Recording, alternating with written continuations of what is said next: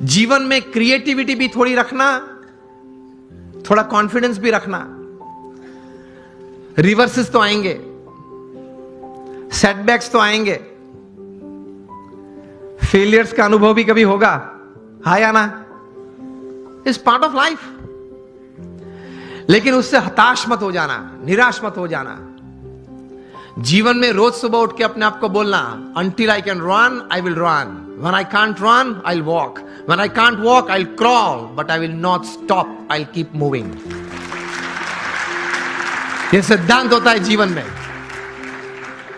Till I live, till the last breath of my life, I'll keep walking. I'll keep crawling, but I'll move.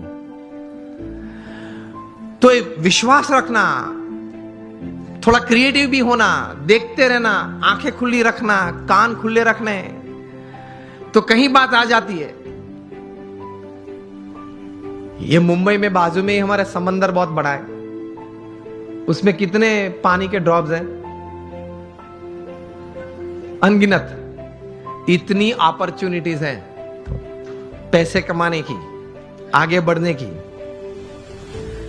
नजर में नहीं आती है क्योंकि इस प्रकार का अभिगम नहीं रखा, दृष्टि नहीं रखी।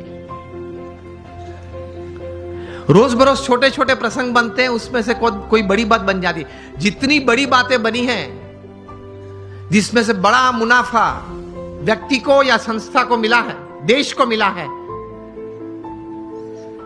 वे सब बातें कुछ छोटे छोटे प्रसंग में से बाहर आई है। मिलियनर यूथ की बात है, एक प्रसंग बताना चाहता हूं। बेंगलुरु में एक युवक को मैं मिला हूं। यह युवक सेकेंड ईयर इंजीनियरिंग में था, बस स्टैंड पे खड़ा था, कॉलेज जा रहा था। तो वहां एक यंग मदर स्कूटर पे अपने छोटे बच्चे को छोड़ने के लिए आई। स्कूल बस वहां से बच्चे को लेके जाती होगी, तो थोड़ी लेट हो गई होगी, तो she was in a rush, जरा दौड़ रही थी।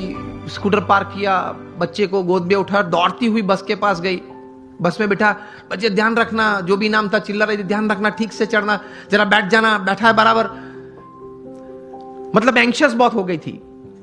ये लड़के ने ये देखा कि ये एक यंग लेडी है, वो अपने छोटे बच्चे के लिए इतनी एंशियस हो रही है। उसमें से ये एक विचार आया कि can I do something about this issue. कहीं ये यंग मदर्स को अपने छोटे छोटे बच्चे को स्कूल में बिठाने के लिए जब जाते हैं, स्कूल बस में जाते हैं, कभी लेट हो जाते हैं, तो ये एक मन में एक विचार, एक तनाव रहता है।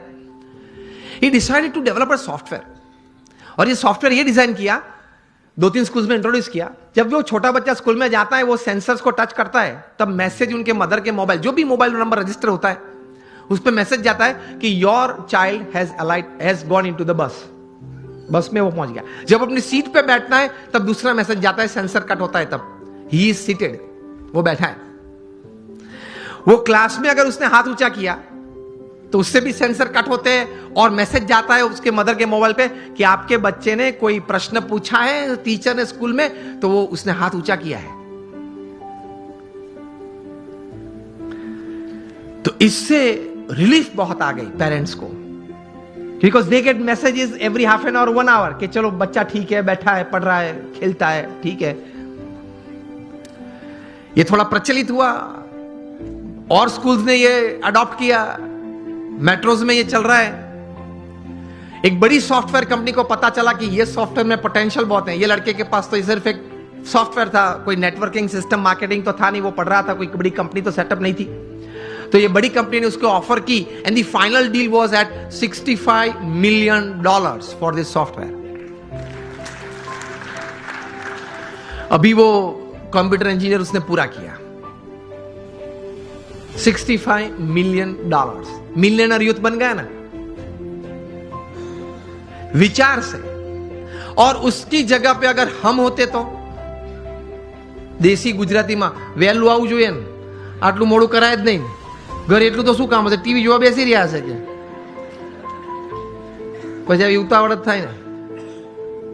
આવા ને આવા લોકો એમ કઈ પાછું આમ ઉભો ઉભો બીડી પીવે, એટલે એમાં કઈ ભલી વાત ના આવે। लेकिन उसने पॉजिटिवली कुछ सोचा। चलो हम यहां बैठे, अगर कहीं से कोई चूहा निकल आए, यहां तक आ जाए, ये मॉनिटर के ऊपर चढ़ जाए, यहां से दौड़ता हुआ वहां जाए, कूद के नीचे आए, फिर ऊपर आ जाए, मुझे भी अगर डिस्टर्ब करे।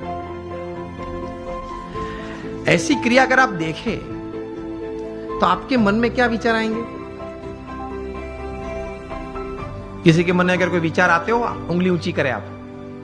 ये अगर आप देखें ऐसा कुछ दृश्य, तो मन में क्या विचार आएगा? विचार ही नहीं आएगा। कुछ तो विचार आने चाहिए ना। चूहे को बाहर फेंक दो और उंगली ऊंची करे, जिसको बोलना है उंगली ऊंची करे। हस you gentleman. Sorry again. Oh, that doesn't come in by you can put the sensors, okay?